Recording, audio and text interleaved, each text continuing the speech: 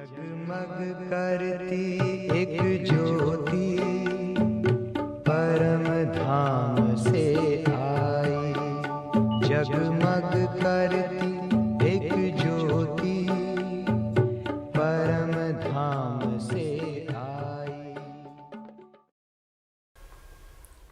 ओम शांति। बाबा मुरलियों में हमको समझाते रहते हैं, बच्चे सदा याद की यात्रा पर रहो। याद की यात्रा पर रहना अर्थात क्या क्या करना है, उसके लक्षण क्या है, उसकी निशानियां क्या है, ये सारा अव्यक्त मुरली के महावाक्यों में अभी हम सुनेंगे। बाप दादा कहते, सदा अपने को रूहानी यात्री समझते हो। यात्रा करते क्या याद रहेगा? जहां जाना है वहीं याद रहेगा ना।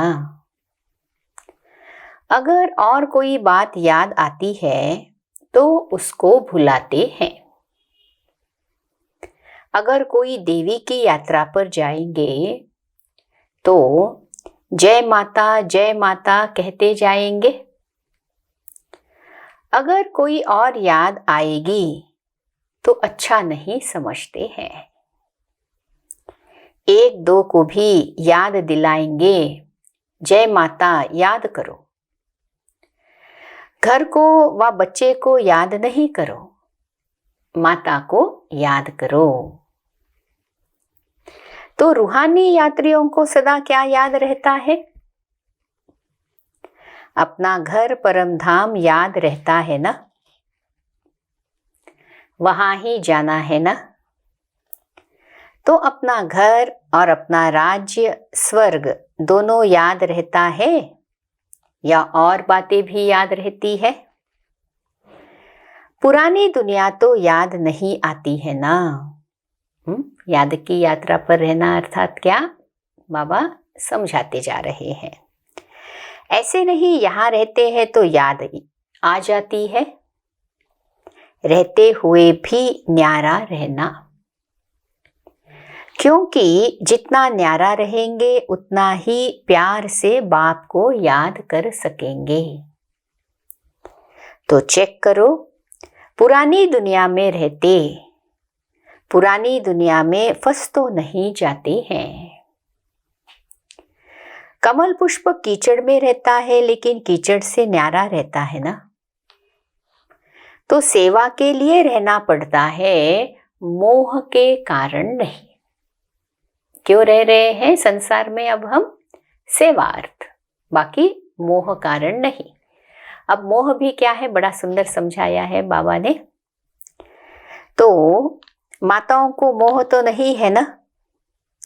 अगर थोड़ा धोत्रे पोत्रे को कुछ हो जाए फिर मोह होगा? अगर वह थोड़ा रोए तो आपका मन भी थोड़ा रोएगा। क्योंकि जहां मोह होता है तो दूसरे का दुख भी अपना दुख लगता है। मोह में दूसरे की जो फीलिंग, हमारी फीलिंग भी वही हो जाती है। ऐसे नहीं उसको बुखार हो तो आपको भी मन का बुखार हो जाए। मोह खींचता है। पेपर तो आते हैं ना, कभी संबंध का पेपर, कभी धन का पेपर, कभी बीमारी की समस्या आएगी। ये तो होगा ही, लेकिन सदा न्यारे रहे, मोह में न आए, ऐसे निर्मोही हो। माताओं को होता है संबंध से मोह और पांडवों को होता है पैसे से मोह।